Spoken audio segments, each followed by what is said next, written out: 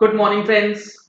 अगर आपने 180 डेज के बाद किसी एक टैक्स इनवॉइस का पेमेंट नहीं करा है जिसका आपने इनपुट टैक्स क्रेडिट क्लेम किया, तो आपको कितना आईटीसी जो है वो रिवर्स करना होगा। क्या पूरे अमाउंट का इनपुट टैक्स क्रेडिट रिवर्स होगा या उसका कुछ हिस्सा आपको रिवर्स करना होगा, इसके बारे में आज मैं आपको बताने वाला हूं। जुड़े रहिएगा इस वीडियो के एंड तक ताकि आपको जो कंफ्यूजन है वो दूर हो सके, क्योंकि काफी लोग जो है पूरा का पूरा अमाउंट जो है वो रिवर्स कर दे रहे हैं। आपके सामने मैंने ओपन करा है सेक्शन 16 जो बात करता है इनपुट टैक्स क्रेडिट के लिए।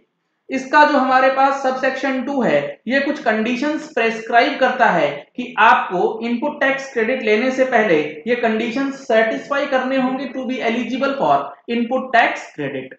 इसका प्रोविजो है, उस प्रोविजो को समझना होगा, ये पेमेंट वाली बात उसमें लिखी गई है। इसका second proviso section 16 sub section 2 का सेकंड प्रोविजो क्या कहता है?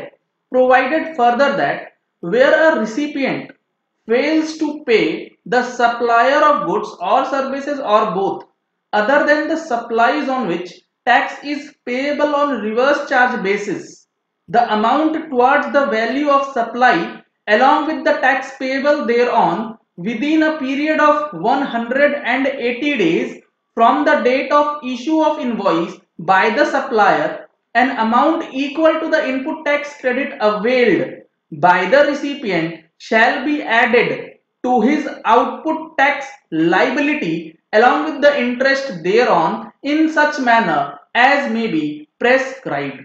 मतलब अगर आपने किसी एक पर्टिकुलर टैक्स इनवॉइस का इनपुट टैक्स क्रेडिट लिया है तो उसके value of supply including tax यानी कि इनवॉइस वैल्यू का पेमेंट 180 दिन के भीतर भीतर नहीं किया तो आपको जो इनपुट टैक्स क्रेडिट के बदले जो अमाउंट है, जो इनपुट टैक्स क्रेडिट का उस इनवॉइस में अमाउंट है उसको रिवर्स करना होगा। और वो अमाउंट कैसे कैलकुलेट होगा? Shall be added in the manner as may be prescribe. तो इसके लिए अब हमें रूल 37 जो है वो चेक करना होगा। इसके लिए काफी लोग जो है कंफ्यूज हो रहे हैं कि पूरा का पूरा अमाउंट जो है, क्योंकि यहां लिखा गया है amount equal to input tax credit availed by the recipient, तो यहाँ पे जितना इनपुट टैक्स क्रेडिट लिया जा रहा था पूरा अमाउंट जो है उसको रिवर्स कर दिया गया है। एग्जाम्पल अगर मैं आपको दूं तो 1 करोड़ का आपने कुछ परचेज किया है जिसके ऊपर 18 लाख का आपका इनपुट टैक्स क्रेडिट है। टोटल इनवॉइस वैल्यू है 1 करोड़ 18 लाख का। इस इनवॉइस की पेमेंट आपको 6 महीने के अंदर करनी थी 180 दिन में। आपने इस 1 करोड़ 18 लाख के इनवॉइस का पेमेंट पूरा नहीं करा, आपने पार्ट पेमेंट करा है, यानी कि 50% सपोज करते हैं आपने पेमेंट किया है 1 करोड़ 18 लाख में से, तो इनपुट टैक्स क्रेडिट क्या प्रोपोर्शनेटली आपको रिवर्स करना है या फिर पूरा का पूरा 18 लाख का अमाउंट जो है वो रिवर्स हो जाएगा? तो इसके लिए मैं आपको दिखाऊं अगर तो रूल 37 है जो कि बात करता है reversal of input tax credit in the case of non payment of consideration. जो सेक्शन 16 सब सेक्शन 2 का प्रोविजन है जहां पर यह बात बताई गई थी कि आपको प्रेस्क्राइब किया जाएगा, वो प्रेस्क्रिप्शन है रूल 37 का सब रूल 1। ये कहता है a registered person who has availed of input tax credit on any inward supply of goods or services or both but fails to pay to the supplier thereof the value of such supply, उस supply की value along with the tax payable thereon यानी कि total invoice value within the time limit specified in the second proviso to subsection 2 of section 16 यानी कि 180 days shall furnish the details of such supply। उस supply की details आपको furnish करनी है कहां पे?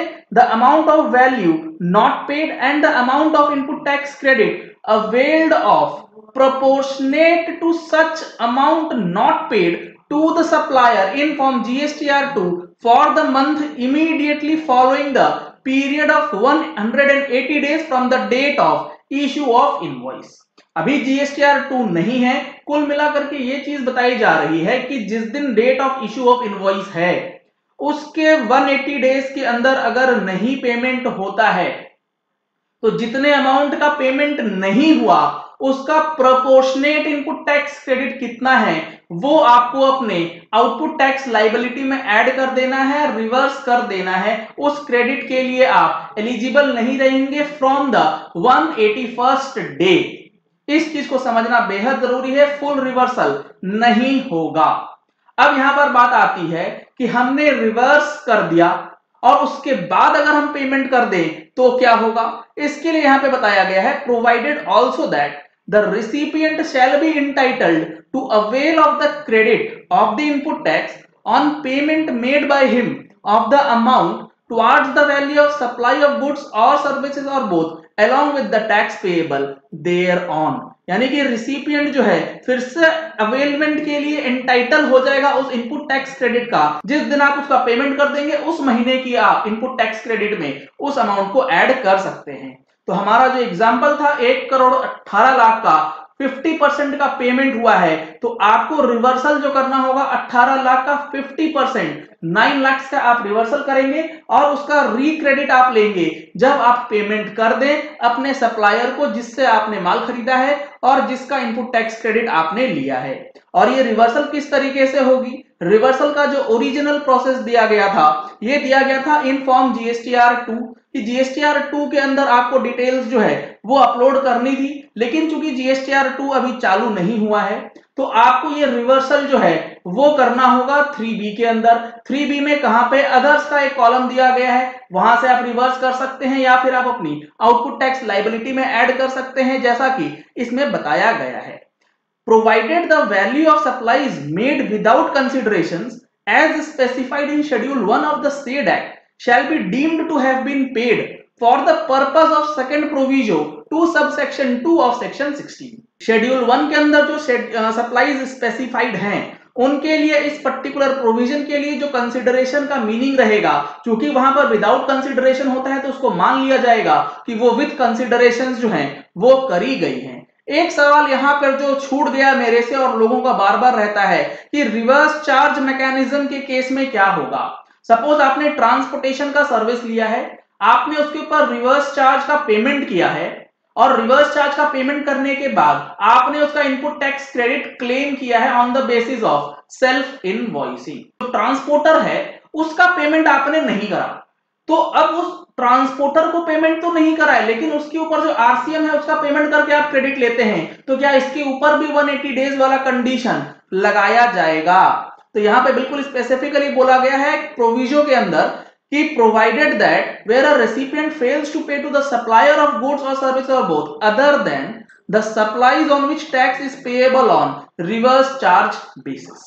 यानी कि रिवर्स चार्ज बेसिस के दौरान अगर आप कुछ पेमेंट करते हैं तो जिस गुड्स या सर्विसेज की सप्लाई के लिए आप पेमेंट कर रहे हैं रिवर्स चार्ज का, उसके लिए ये प्रोविजन लागू नहीं होगा। सिर्फ और सिर्फ नॉर्मल पेमेंट के लिए ये चीज आपको चेक करनी है और अकॉर्डिंगली आपको अपना काम जो है वो करना है। तो ये काफी इंपॉर्टेंट था, बहुत लोगों की क्वेरी आ रही थी कि रिवर्सल जो है पूरा होगा या 50% का ही करना है या फिर प्रोपोर्शनेट करना है। 50% मैंने एग्जांपल के अकॉर्डिंगली आपको बताया है। चलिए इस वीडियो को एंड करते हैं। आशा करते हैं कि अब आपको ये कंफ्यूजन क्लियर हो गया होगा कि 180 दिन का पेमेंट अगर नहीं होता है तो कितना आईटीसी जो है वो रिवर्स करना होता है। अगर आपने हमारे चैनल पे फर्स्ट टाइम ट्यून इन किया है तो चैनल को सब्सक्राइब करने के लिए नीचे दिए गए रेड कलर के सब्सक्राइब बटन को प्रेस कीजिए, साथ में जो बेल आइकन है उसे भी प्रेस कर लीजिएगा ताकि वीडियोस की नोटिफिकेशन आप तक रेगुलरली पहुंचती रहे।